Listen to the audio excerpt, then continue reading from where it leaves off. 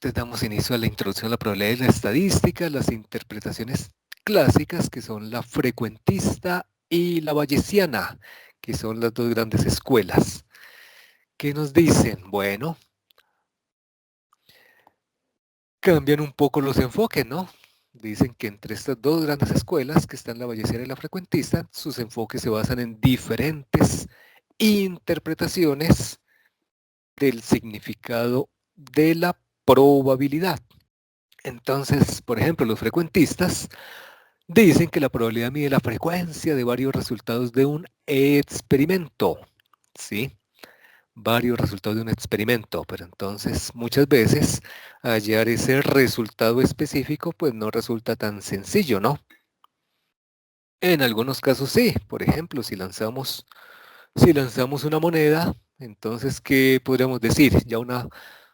Ya diremos que la probabilidad de que salga cara es de ¿cuánto? 50%. 50%, eso es.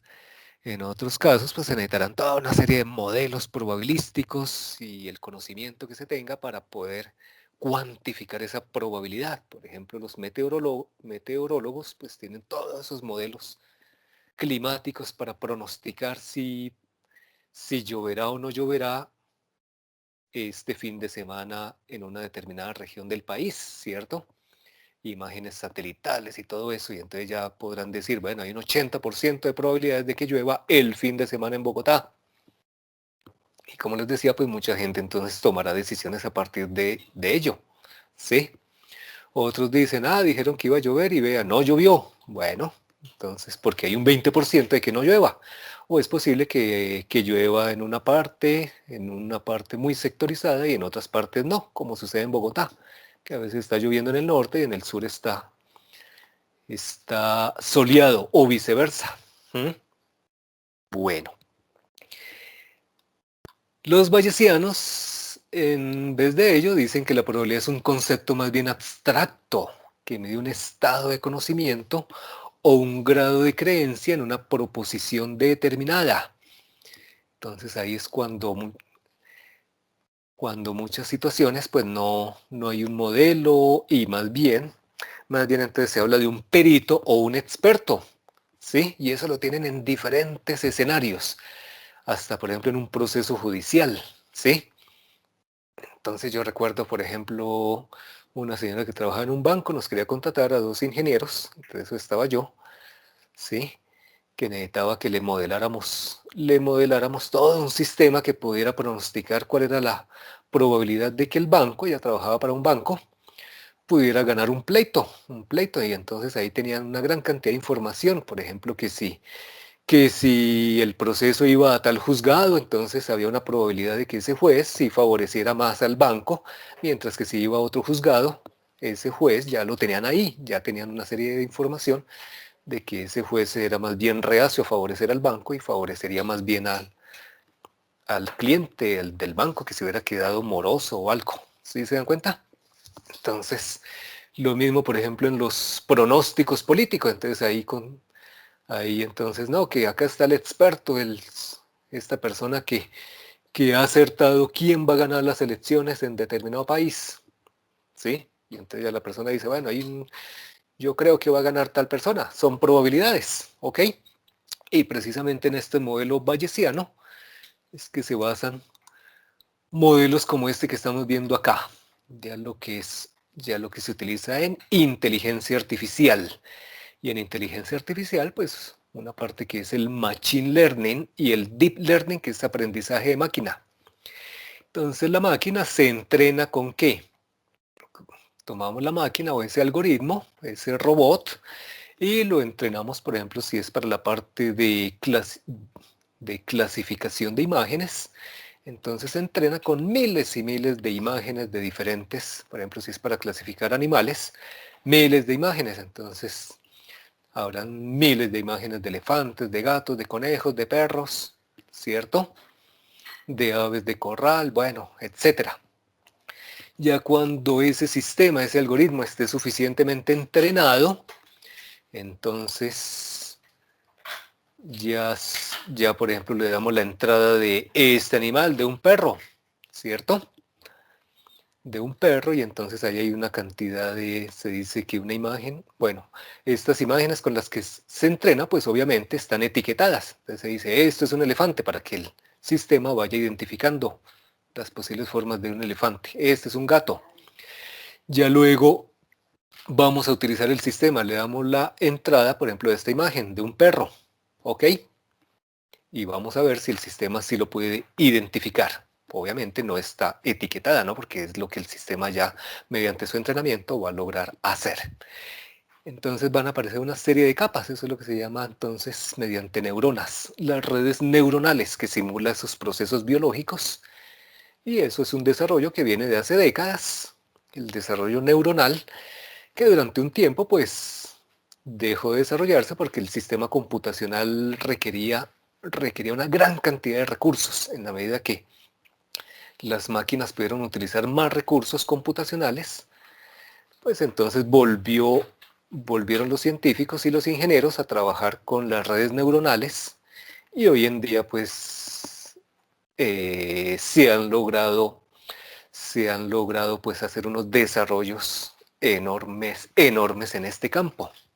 Bien, bueno, entonces en una primera capa de las redes neuronales se comienzan a distinguir ¿qué? Se comienzan a distinguir formas básicas de esa imagen que se obtiene, ¿cierto? Ya en una segunda capa ya comienza a identificar formas más complejas, por ejemplo acá la pata del perro, ¿cierto? Acá la cola, etcétera. Y ya en una capa superior, pues ya logra ya un mayor nivel de complejidad, de abstracción, y comienza a identificar entonces entre los diferentes animales. Entonces ya comienza a clasificar, ya dice, ah, bueno, debe ser un mamífero, un cuadrúpedo, ¿cierto? Ya descarta, por ejemplo, las aves, ¿ok?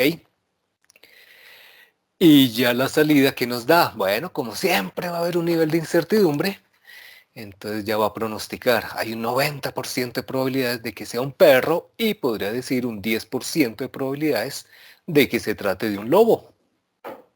Ok, entonces ya todos esos modelos se basan un tanto más en esa forma bayesiana. Bien, bueno, entonces vuelvo y repito, esto es lo que se llama también clasificación y detección de imágenes y es algo que está muy en boga, ¿no? Ustedes lo ven en aplicaciones en las mismas redes sociales, por ejemplo, colocan ustedes una foto en su Facebook, inmediatamente coloca un bounding box, un recuadro sobre diferentes rostros, y dice este rostro ya lo identifica, entonces este rostro corresponde, por ejemplo, a María José, ¿cierto? Este otro rostro corresponde a Franco, este otro a Melanie, así sucesivamente. ¿Mm? Y, y hoy en día pues está haciendo un alto desarrollo para hacer esa identificación ya más automática. Ya dicen que en China, por ejemplo, que tienen cámaras, inmediatamente van detectando a sus ciudadanos. Ese sistema muy pronto será implementado porque, por ejemplo, ven ustedes, en la parte comparendo ya los jueces dijeron que no, que tenía que identificar quién es el conductor. ¿Sí se dan cuenta? No se puede colocar un comparendo solamente identificando la placa, que es el sistema de detección que existe actualmente. Sí, la inteligencia artificial identifica el número de placa del vehículo que esté cometiendo una infracción, por ejemplo, alta velocidad o mal parqueado, bueno, todo eso, o se cruza un semáforo en rojo, pero identifica la placa y de pronto algunas características del vehículo, pero debe ser capaz de identificar el rostro de quien está conduciendo para que el comparendo sea válido. Entonces ahí las autoridades quedaron como como en suspenso hasta que se logre ese sistema, que seguramente ya lo tendrán, ¿no? Pero acá pues todavía no se ha adquirido.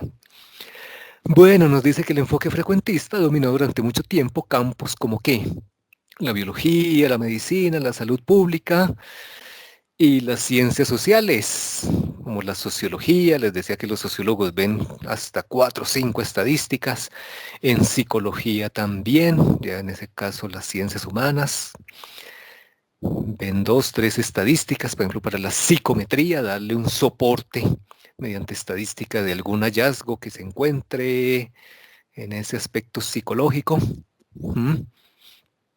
Y el enfoque bayesiano pues ha experimentado un resurgimiento en toda esta parte que les estoy mostrando mediante la alta capacidad que se ha llegado en el poder computacional y por supuesto en el Big Data. ¿Sí? Big Data, minería de datos, ciencia de datos, como lo vemos acá en este sencillo ejemplo de este esquema. Bueno, ¿qué buscamos con esto? Los científicos pues buscan responder preguntas utilizando métodos rigurosos y esos datos que se recopilan a partir de ¿qué? De notas de campo, de encuestas y muy especialmente para interés de los ingenieros en la parte experimental. Desarrollamos un experimento, obtenemos una serie de datos y con esa serie de datos pues vamos ¿a qué? Vamos a darle soporte a alguna teoría, cómo es el funcionamiento de una máquina o cómo es el funcionamiento de un proceso. ¿Ok? Entonces, por eso nos dicen, la estadística es el estudio de la mejor manera de recopilar, analizar y sacar conclusiones de los datos. ¿Ok? Bueno, ¿qué más nos dicen? Que ese avance tecnológico ese tecnológico en la informática ha contribuido bastante al desarrollo de la estadística, porque ese procesamiento de datos para obtener información se ha logrado mediante una gran cantidad de aplicaciones. Entonces hay muchísimos sistemas computacionales, software que se ha desarrollado. Entonces está el SAS, está el SPSS, que quiere decir Social Science Statistics, ¿cierto? Entonces empezó como un paquete para las ciencias sociales, pero se desarrolló de tal manera que ese SPSS, pues ahora lo utilizan también los ingenieros. Y otra serie todo esto es comercial, ¿no? El Statigraph, el SAS, el MATLAB, pero también tenemos software libre para desarrollar nuestras estadísticas, de los que les decía, el R, lenguaje R, y ya los programas para utilizar una interfaz más sencilla para trabajar con R, que es el RStudio. También hay otro que se llama el R Commander, ¿ok? Y por supuesto el Python con todas las librerías. Bueno, el R también tiene una gran cantidad de librerías. Específicamente el NumPy numérico, el NumPy y el Pandas. Bien. Bueno, a propósito de eso, ¿qué me cuentan? ¿Sí han podido instalar el R y el RStudio? ¿Ya algunos lo han instalado o no? Porque recuerden que para la práctica del lunes, pues ya vamos a trabajarlo directamente con R. Bien. Bueno, muy bien. Dice que algunos de estos pueden ejecutarse en un ordenador o en la nube, ¿cierto? En la nube, sin mayores exigencias tecnológicas, como es en el caso de Python. Para eso pues tenemos el Google Colab, en que les muestro algo. Simplemente necesitan ustedes tener una cuenta de Gmail y ya utilizan el Google Colab y ya lo utilizan en la nube, nada menos. Vea Google Colab y ese es un servidor. Google nos da la potencia del servidor para trabajar ahí, ¿cierto? En forma de lo que se llama un notebook. ¿Mm? ¿Y cuál es la ventaja de eso? Que ya podemos trabajar nada menos que todo el poder computacional para hacer ciencia de datos.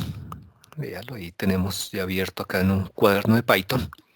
Trabajar operaciones comunes y corrientes, pero bueno, eso para quienes quieran hacer el proyecto en ese sistema.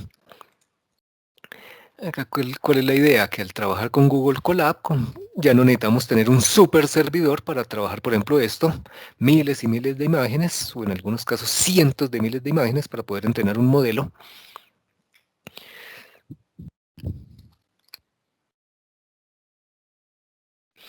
Sino que ya con el servidor de Google, pues tenemos un entorno de ejecución que se llama, por ejemplo, el GPU. unidad de procesamiento gráfico, que eso requiere un computador con unas muy buenas exigencias de hardware, ¿ok? Entonces, ahí se puede hacer, o se puede adquirir otro servidor. Hay muchas empresas que alquilan servidores. El mismo Google tiene su sistema, también está Amazon, ¿cierto? Que tiene todo un sistema bastante avanzado, y la IBM, que es una de las empresas que más ha trabajado en esa parte de inteligencia artificial. Bueno, obviamente Google también, por eso desarrolló el TensorFlow para desarrollar redes neuronales. Bien, entonces hay un gran avance tecnológico en esa parte. Bueno, no sé si hasta este momento hay alguna duda, inquietud, comentario. Entonces ahora vamos a mirar el dogma central de la estadística. Acá tenemos este grafiquito que es bien importante. Entonces observen, tenemos la población. Cuando hablamos de población, pues es simplemente porque el término ya se amplió a esa forma, población, pero la población no es necesariamente una población de seres vivos, ¿cierto? De seres vivos, no solamente una población de conejos, una población humana, sino que ya el término se generalizó y la población simplemente pues nos va a hacer referencia a qué, a todo ese gran conjunto de elementos sobre el que van a recaer las observaciones, es decir, el objetivo del estudio, ¿sí? La población podría ser un río, por ejemplo, ¿cómo está el río Bogotá? Esa es nuestra población, ¿ok? O la población puede ser, en ese caso, si nos referimos a querer analizar cómo van a ser los resultados de unas elecciones, pues serían los posibles votantes, o sea, las personas mayores de edad que vayan a votar, ¿ok? Listo, entonces, ¿qué es lo que hacemos? O en el caso de los ingenieros, la población puede ser aquel fenómeno que se quiera estudiar, por ejemplo, cómo es para un nuevo prototipo de avión que se está desarrollando, entonces, cómo serían sus condiciones de vuelo, de las condiciones de vuelo de ese prototipo, ¿cierto? Entonces esa es la población, y para poder determinar las características de ese prototipo, ¿qué hacemos? Una serie de experimentos, tomamos una cantidad de datos, eso es una muestra. Bien, esa va a ser una muestra. Y a partir de esa muestra, entonces hacemos toda una serie de estadística descriptiva, la media, mediana, moda, de lo que estemos midiendo. Y con una serie de modelos matemáticos probabilísticos, podemos sacar conclusiones. Esa es la estadística inferencial. Conclusiones acerca de toda la población. ¿Ok? Entonces, un ejemplito muy sencillo, que yo les suelo comentar, es, por ejemplo, cuando su mamá o su abuelita está preparando el sancocho. Entonces, imagínense, tiene toda la olla ya con el sancocho. ¿Qué hace ella para determinar si el sancocho tiene buen sabor, si no está ni insípido ni salado? ¿Qué me dicen? ¿Será que le toca tomarse toda la olla de sopa para determinarlo? ¿Cierto que no? Entonces, ¿qué es lo que hace? Una cucharadilla. Una cucharadita, véanla, esa es la muestra. Entonces ella recoge una muestra y trata de que esa muestra sea representativa. Entonces, previamente, pues, ¿qué hace? Entonces, como que mezcla bien los componentes y toma la muestra que sea representativa de todo el sancocho. Esa cucharadita es nuestra muestra. Ella la toma y ahí, ¿qué hace? Saca una conclusión, ¿cierto? A partir de la muestra saca una conclusión, cómo está todo el sancocho. Ahí está haciendo inferencia. ¿Sí se dan cuenta? A partir de la muestra. Y ahí ya puede tomar decisiones. Entonces, ¿qué está insípido? ¿Qué decisión tomaría? Más al Muy bien, entonces o bien le agrega más sal, ¿cierto? O si ella con su gran sabiduría dice, uy, me hace falta más arracacha, bueno, entonces le pica más arracacha. O no se le siente el pollo. Entonces, bueno, de pronto entonces dice, bueno, tocó agregarle más pollo porque no se le siente la sustancia. O agregarle más pimentón, bueno, lo que sea. De pronto algo más de sal. Y en el caso contrario, dice, uy, como que se me fue un poquito la mano de sal, está como saladito. Entonces, ¿qué es lo único que podría hacer ahí? ¿Qué decisión? Agua. Muy bien, ahí no hay nada más que hacer. Nada más que hacer, ¿cierto? Tocaría agregarle más agua. Ok, entonces lo mismo ocurre en una encuesta política. Entonces la población serían todos los votantes, tomamos una muestra. Normalmente esa muestra, pues muchos, es muy importante los estadísticos, entonces analizan muy bien cómo puede ser una muestra representativa y eso hay una gran cantidad de técnicas de muestreo. ¿Mm? ¿Por qué? Porque en muchos casos, muchos estudios pueden venir sesgados. Ustedes lo pueden observar, es muy común, ¿no? Entonces ahí viene un término, el sesgo. ¿A qué se referirá eso de sesgo? A ver, ¿quién lo ha escuchado? El sesgo no es como una encuesta a cierto grupo de personas o algo así. Eso es, entonces el sesgo puede ocurrir eso cuando solamente nos enfocamos a un grupo de personas que de pronto no sea representativo de toda la población en general. ¿Ok? Por ejemplo, si es una encuesta política, entonces, y alguien dice, bueno, vamos a tomar la muestra, si es por ejemplo para unas votaciones de presidente en todo el país, y de pronto la muestra la recargan solamente en Medellín y Bogotá, pues está sesgado porque no, Medellín y Bogotá pues no representan todo el país. De pronto si toman a personas en La Guajira, en Santander, pues no los está representando a ellos, si se dan cuenta.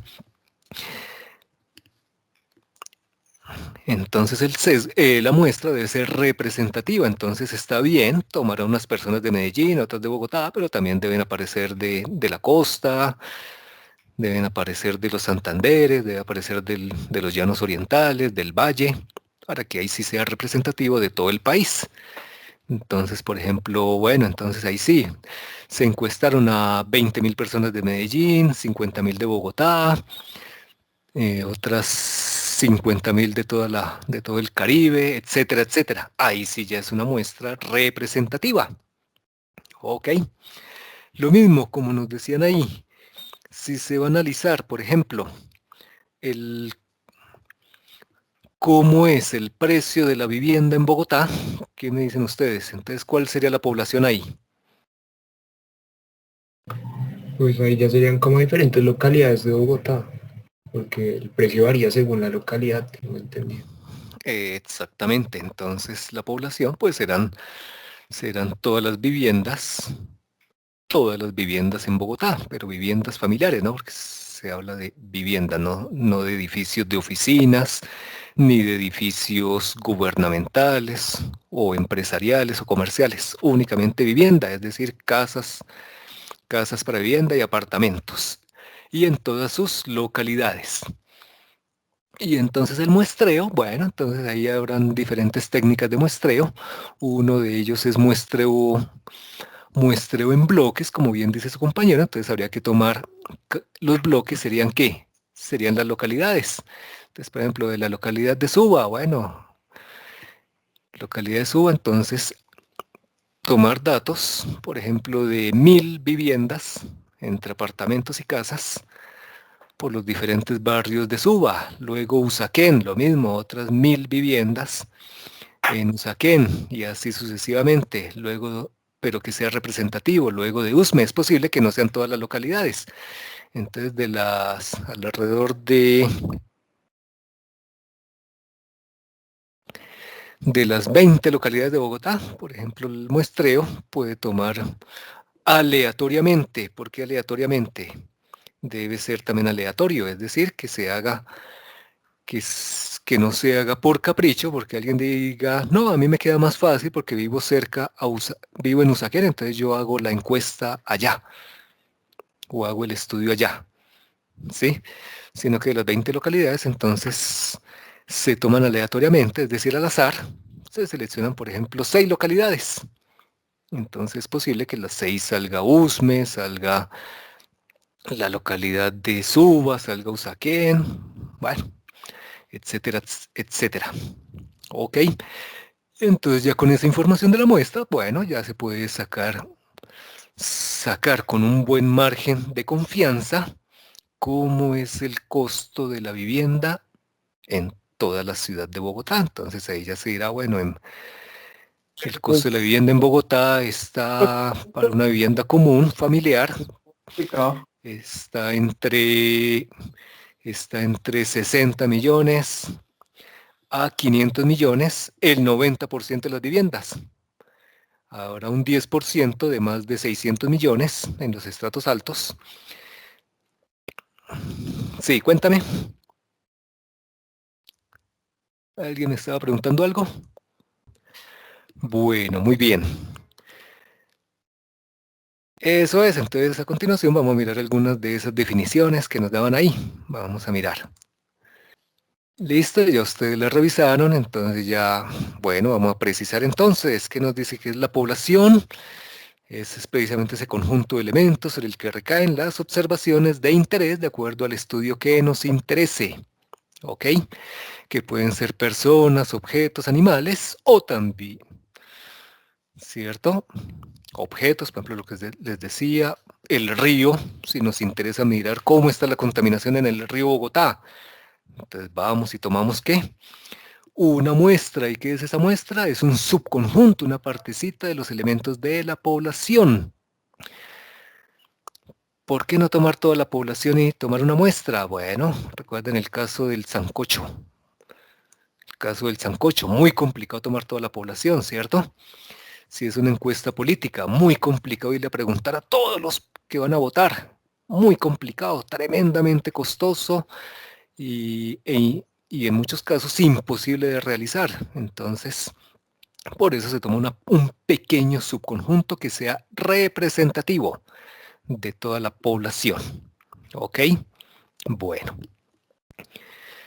Luego nos hablan de la unidad estadística o individuo. Es cada uno de esos elementos que compone una población. ¿Sí?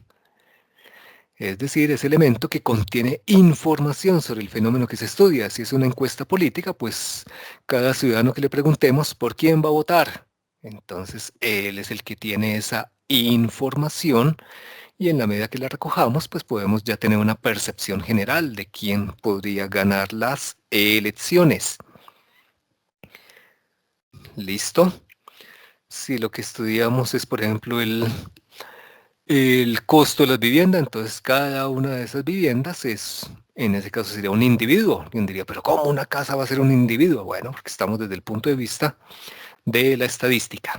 ¿Ok? El costo de la casa, pues era la característica a medir en ese caso.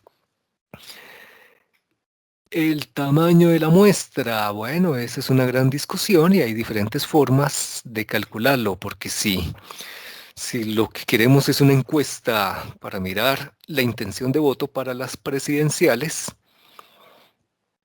pues un tamaño muy pequeño, pues no va a ser representativo, ¿cierto? Si apenas tomamos unas 200 personas y le preguntamos,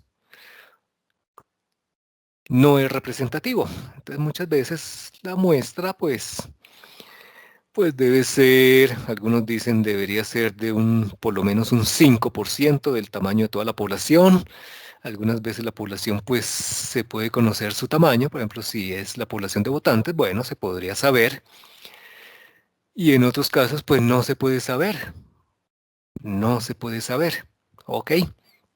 O es imposible conocer el tamaño de la población. Por ejemplo, si hablamos del río Bogotá, bueno, alguien dirá, bueno, podemos saber, podemos medir cuántos metros cúbicos por segundo está pasando a nivel de Chía. Bueno, esa sería una forma de saber un tanto. Mediante ese caudal el tamaño de esa población, el río. ¿Ok? Bueno, en otros casos será completamente imposible determinarlo. Pero de todas maneras, es muy importante definir bien ese tamaño que sea representativo, ¿sí? Algunas veces se calcula un 5% del tamaño de la población. Sí, sería un buen tamaño, pero si ya es, por ejemplo, toda la población de Colombia, 50 millones, ¿cuánto sería el 5%? A ver, ¿cuánto será el 5% de los 50 millones? ¿Cuánto? 2.500.000. 2.500.000. Si se dan cuenta, ya sigue siendo muy grande. Y ustedes han visto en sus encuestas que a veces dicen, bueno, se encuestaron a 1.000 colombianos. Observen, apenas 1.000 colombianos. Otros, bueno, se encuestaron a 1.500, 2.000. Entonces ya algunos hablan de que si el tamaño es muy grande, pues digamos, son varios millones, con una muestra de alrededor de 1.000 que sea bien representativa, pues ya se puede llegar a hacer una inferencia, una conclusión, pues válida, ¿sí? Obviamente, pues todavía tendrá mucha incertidumbre, por eso es que cuando se hacen esas encuestas, luego se llevan sorpresas, y ahí entonces, no, tal encuestadora como que su muestra no era muy representativa o tenía cierto sesgo, ¿sí? Porque muchas veces también depende de quién contrate la encuesta, ¿ok? Entonces sesgo, porque entonces ahí van a decir, bueno, si el candidato es, por ejemplo, de tal partido, entonces se sabe que en Antioquia la gente tiene cierta favorabilidad por ese partido político, mientras que en el Valle no. Entonces cuando hacen la encuesta van a tomar más personas de Antioquia que del Valle. De esa manera, entonces podemos sesgar un estudio, ¿ok? ¿Cómo lo sesgaría un ingeniero? Un ingeniero en un experimento. Si él encuentra que bajo determinadas condiciones obtiene unos valores muy buenos que le van a favorecer su concepto, por ejemplo, él quiere demostrar que él está desarrollando un prototipo muy bueno, excelente. Entonces, ¿qué va a pasar? Él puede sesgar el estudio tomando una mayor cantidad de datos bajo unas determinadas condiciones de operación, por ejemplo, temperatura, humedad, velocidad que hay en ese momento del viento, ¿cierto? Presión atmosférica. Entonces dice, bueno, si la toma estas condiciones, como que me favorece los resultados que yo quiero mostrar. Y ahí ya puede comenzar a sesgar, ¿cierto? Porque la idea es que no se sesgue, sino que se tomen la mayor cantidad de condiciones posibles. Bueno, muy bien.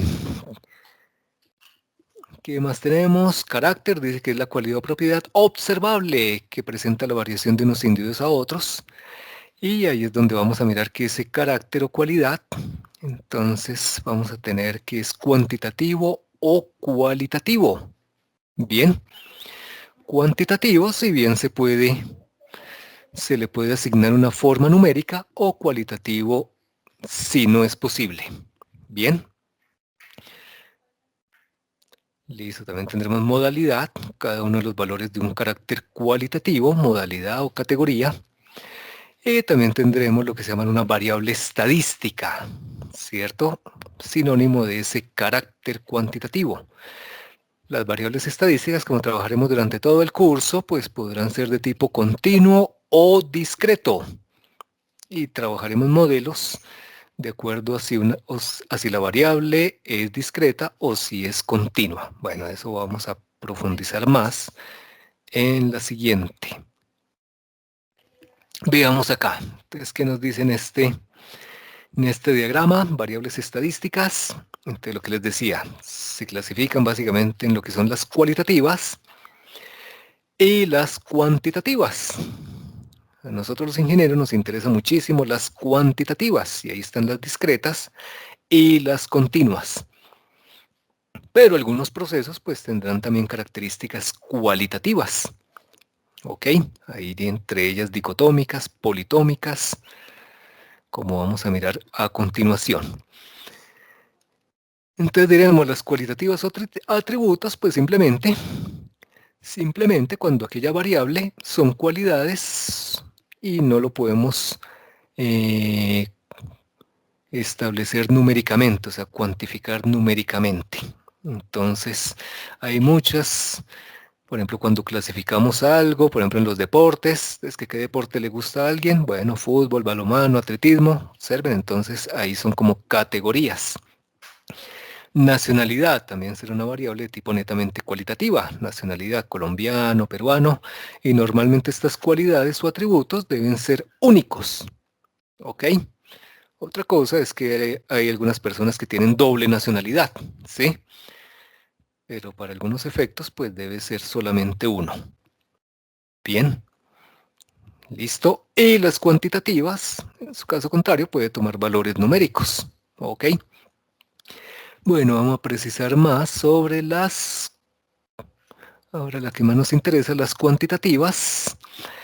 Ahí tendremos las variables de tipo discreto y continuo, y de una vez entonces vamos a asociar lo discreto con aquellas, lo vamos a asociar con el conteo, es decir, cuando podemos contar el número de casos para obtener esa descripción discreta, ¿cierto? Si lo podemos contar, pues podemos decir claramente que es de tipo discreto. En cambio, si lo que se mide es la característica, vamos a decir que es de tipo continuo.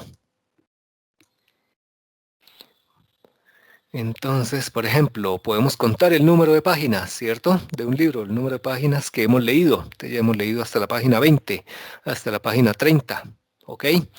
Podemos contar el número, el número que nos ocuparía o el número en el que llegamos cuando vamos a hacer alguna diligencia y pues hay una fila, ¿no?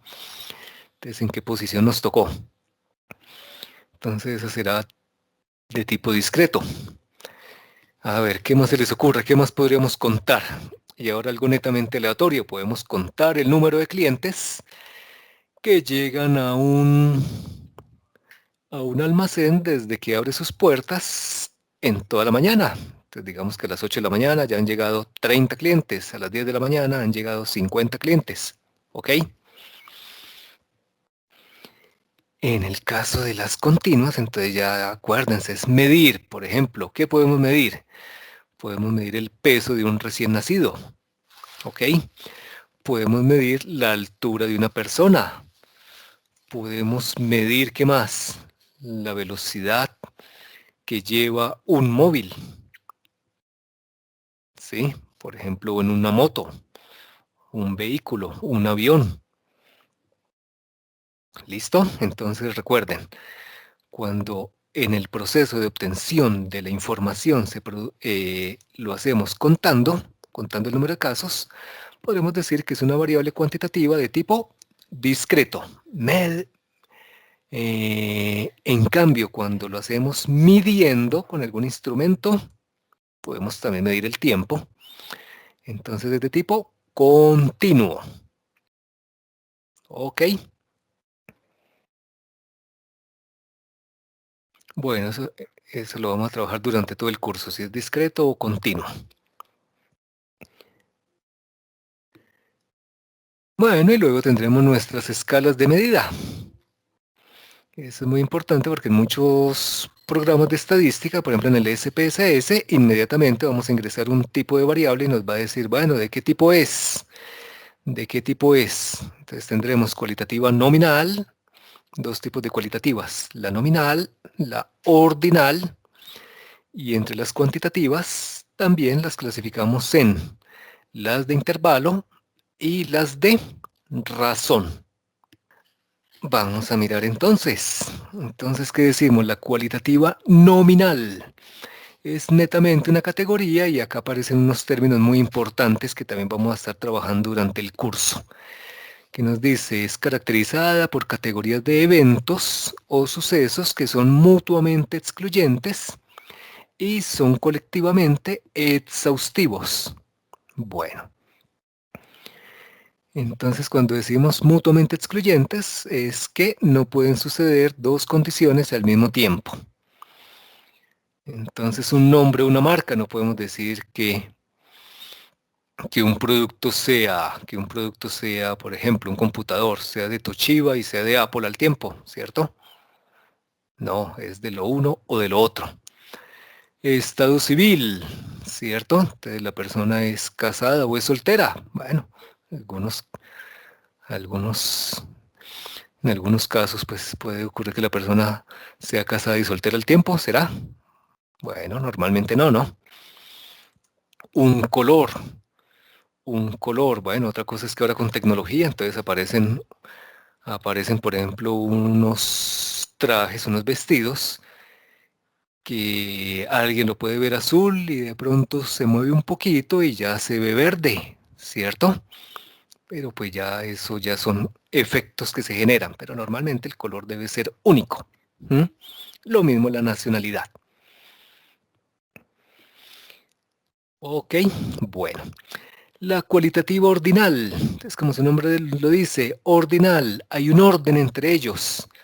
Hay un orden, pero no podemos decir cuál es mayor a otro. Entonces, por ejemplo, acá como se los ilustro en esta figura, observen. De A a B sabemos que B, a medida que va pasando a la derecha, es mayor. B es mayor que A. ¿En qué proporción? Eso es lo que nos dice. Por eso es cualitativa. C es mayor que B, pero puede ser mucho mayor, ¿cierto? La D es mayor que C y puede ser muchísimo mayor. La E es mayor, pero de pronto no tanto. Y así sucesivamente. Entonces, un ejemplo típico de esto son los famosos estratos socioeconómicos, ¿cierto? Pero no nos dice en qué proporción. Entonces, por ejemplo, una persona del estrato 6, ¿será que tienen el doble de ingresos económicos? ¿O una familia de estrato 6 tendrá el doble de ingresos que una familia de estrato 3? ¿Qué me dicen ustedes? Puede que sí, profe, o hasta más. Yo creo que va. Entonces, en algunos casos sí, en otros casos muchísimo más. Por ejemplo, si la familia de estrato 6 es la familia Ardila Lule, ya no será el triple de la familia, por ejemplo, de la familia Arrieta, que es de estrato 3, ¿cierto? Ya sería 1000 veces más, imagínense. Estrato 6. Por ejemplo, en un país de tanta inequidad como Colombia, de tanta desigualdad, ya estrato 6, ya tienen en algunos casos miles de ingresos más que los de estrato 2, 3. Ok, entonces vemos que hay un orden, pero no sabemos en qué magnitud, entonces depende, ¿cierto? Lo mismo en el nivel de estudios, entonces no podemos decir que por ejemplo, que un profesional es claro que tiene más estudios que un tecnólogo, pero ¿será que tiene el doble de estudios o un, o un 80% más, un 60% más de estudios que un tecnólogo? No lo sabemos, ¿cierto? Bueno, en cuanto a duración, sí, porque un programa de tecnología pues dura 3 años. Un programa de profesional, por ejemplo, una ingeniería, pues, lo típico es que acá en nuestro país dure 5 años. Entonces ahí sí sabemos la duración, pero en cuanto a la formación y todo, no lo podríamos especificar claramente. Ok, entonces esas son las ordinales. Hay un cierto orden, pero no podemos decir exactamente en qué proporción es superior al otro. Ok. Bueno, muy bien. Luego vienen las cuantitativas. Entonces ahora sí, hablamos de la cuantitativa de intervalo. Ahí sí ya podemos, además del orden, establecer una cierta proporción en que es mayor. Ok. Entonces el ejemplo típico es la escala de temperatura Celsius. ¿Sí? Pero ¿qué pasa acá? En la escala de intervalo dice que el 0 es arbitrario y no nos indica la ausencia del atributo o característica que se mide. Entonces, por ejemplo, si en Bogotá, en una mañana muy fría, amanecimos a 0 grados Celsius, ¿será que podemos decir, uy, 0 grados Celsius? Hoy no tenemos temperatura en Bogotá. ¿Sí tendría sentido o no? No. No, cierto que no.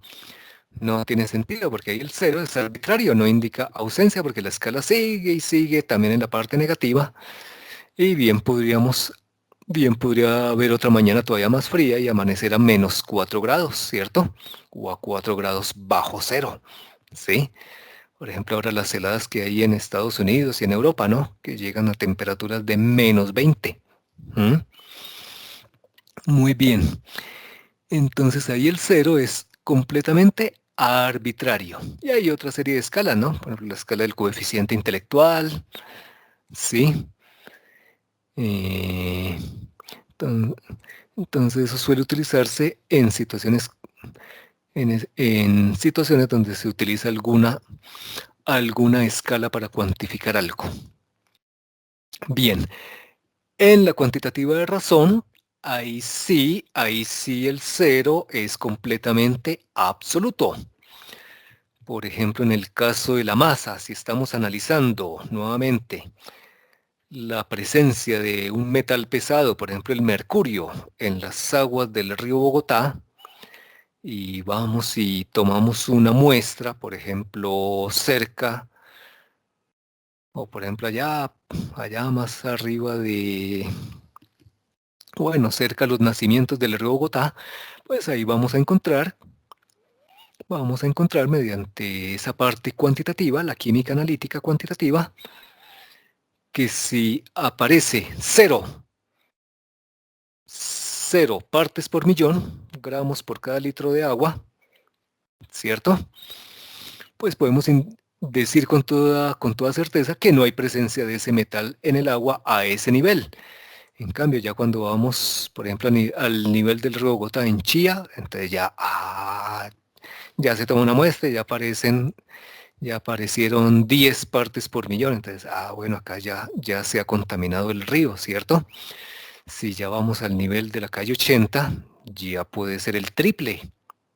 Entonces ya hay muchísima más presencia de metal pesado, en ese caso mercurio. ¿Sí es claro? Bueno, muy bien. Entonces esas son las cuantitativas de razón. Bueno, para eso ustedes van a hacer alguna actividad en el taller. Les aparece precisamente clasificar diferentes variables de acuerdo a esas escalas de medición.